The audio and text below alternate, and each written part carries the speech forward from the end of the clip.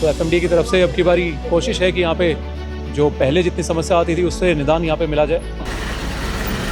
कि जो निर्देश आप मतलब जिसको दिए तो इसकी देख रेख कौन करेगा, जवाबदेही किसकी होगी? तो इसमें जैसे कि जो कंसर्न डिपार्टमेंट हैं, चाहे कोई भी हो गया, वो एमसीएफ हो गया, एफएमडीए हो गया, इरिगेशन हो गया, या बाकी अगर एनएचएआई कहें या बाकी डिपार्टमेंट भी कहें, तो उनके जवाबदेही रहेगी।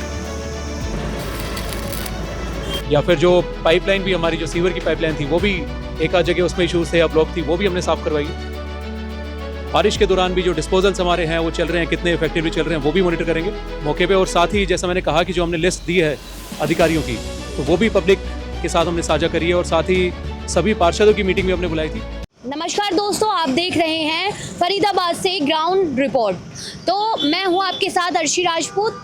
आज जैसे कि डीसी विक्रम सिंह ने आज सभी अंडरपास फरीदाबाद, ओल्ड फरीदाबाद में अंडरपास और नालों का जायज़ा लिया कि जैसे कि बारिश का मौसम आने वाला है, उन्होंने सब चीज़ों का जायज़ा देखा, चेक किया कि क्या क्या दिक्कतें हैं और क्या क्या सॉल्यूशन वो लेकर आ सकते हैं।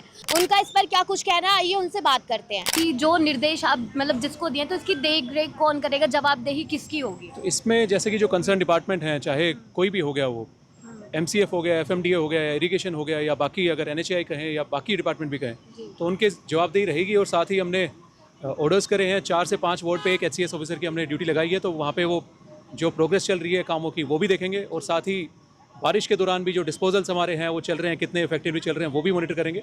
तो ये अब की बारी निश्चित ही रिस्पॉन्सिबिलिटी फिक्स करी जाएगी और उन पर एक्शन लिया जाएगा अगर कोई लापरवाही बरतता है। और जो अगर जो आम लोग हैं उनकी शिकायत के लिए कोई ऐसा सिस्टम बनाया गया है कि वो डायरेक्ट आप लोगों से कनेक्ट कर पाएँ? बिल्कुल ही जी, शिकायत के सिस्टम है, जैसे सीएम विंडो भी है, या समाधान शिविर हम लेते हैं, हफ्ते में 2 बार लेते हैं। मैं खुद बैठता हूँ वहाँ पे, तो लोग वहाँ पे भी आ सकते हैं, या फिर कंसर्न जो डिपार्टमेंट है तो उनके भी नंबर्स और फिर उनके भी अधिकारी हैं मौके पे। और साथ ही जैसा मैंने कहा कि जो हमने लिस्ट दी है अधिकारियों की, तो वो भी पब्लिक के साथ हमने साझा करी है। और साथ ही सभी पार्षदों की मीटिंग भी हमने बुलाई थी कि उसमें अगर पार्षदों भी साथ में मिलकर वो काम करें, डिपार्टमेंट्स के, उनको कहीं पे इशूज़ लगते हैं अपने, या फिर लोग समस्या लेके पार्षदों के पास पहुँचते हैं, तो वो डिपार्टमेंट से लेके अपना कार्रवाई आगे करवाते हैं। तो एफएमडी की तरफ से अब की बारी कोशिश है कि यहाँ पे जो पहले जितनी समस्या आती थी उससे निदान यहाँ पे मिला जाए।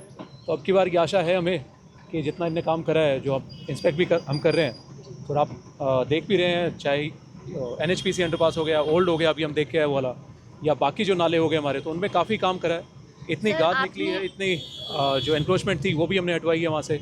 या फिर जो पाइपलाइन भी हमारी जो सीवर की पाइपलाइन थी वो भी एक आध जगह उसमें इशूज़ थे या ब्लॉक थी, वो भी हमने साफ़ करवाई है। तो अब की बारी आशा यही है कि पिछली बारी के कंपैरिजन में काफ़ी रिलीफ मिलेगा लोगों को। सर, आपने अभी आप दौरा कर रहे हैं, फील्ड पर हैं, तो आपने कुछ तुरंत निर्देश दिए ऐसी किसी चीज़ को देख के कि गलत है तो तुरंत आपने निर्देश दिए? तो इसमें जैसा कि मैं आपको बताऊंगा कि मार्च के महीने से ही हमने इसकी तैयारियां शुरू करी हैं।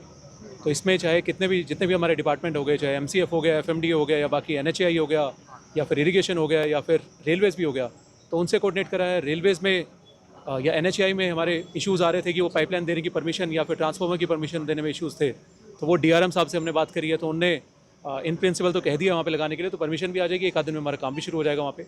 इसके साथ ही एनएच में भी इशू था, एनएच में भी हमने चेयरमैन एनएचएआई सर से भी बात करके, और जो आरओ हैं फरीदाबाद रीजन के, तो उनसे भी बात करके वहाँ पे भी जो समस्या थी उनको उनके सॉल्यूशन की तरफ बढ़ने के लिए हमने काम करा आगे। सर, जैसे पानी भर जाता है तो उसके लिए आपने कुछ नई मतलब क्या नया होगा कि पानी रुक जाए, क्योंकि पानी तो हर साल बढ़ता है? इसमें देखें हम कि जैसा आपने कहा कि पानी भरता है, इसमें तो कई रीजंस थे कि जो ड्रेन्स थे हमारे वो भी कई जगह उसमें इश्यूज़ था, या फिर एनक्रोचमेंट काफ़ी हो रखी थी, जो आपने अभी देखा होगा पिछले दिनों में कि 2-2 मंजिला घर लोगों ने या जो बिल्डिंग है लोगों ने बना रखी थी वहाँ पे, तो वो हमने साफ़ करवाने का काम करा है। तो काफ़ी जगह हुई हैं, तो वहाँ से जो नाले चल रहे थे जहाँ पे ब्लॉकेज थी वो भी हमने साफ़ करवाने का काम करा है। जो किसी न किसी कारणवश अभी नहीं हुए थे, जो एनक्रोचमेंट जैसे ही जो इसकी बात है वो कई सालों में पहली बार हुई है, तो कोशिश हमारी यही है कि जितने भी हमारे नाले हैं वो साफ़ रहें। आपने देखा कि डीसी सर ने, हमने क्वेश्चन किए थे, उन्होंने बताया कि उन्होंने कुछ निर्देश दिए हैं, लेकिन अब ये आने वाला समय ही बताएगा कि बारिश में फरीदाबाद के जो अंडरपास हैं ये डूबेंगे या नहीं। इस पर फरीदाबाद वालों की क्या राय है, हमें कमेंट कर ज़रूर बताएं, और ऐसी ही तमाम जानकारियों के लिए हमारे साथ बने रहें। धन्यवाद।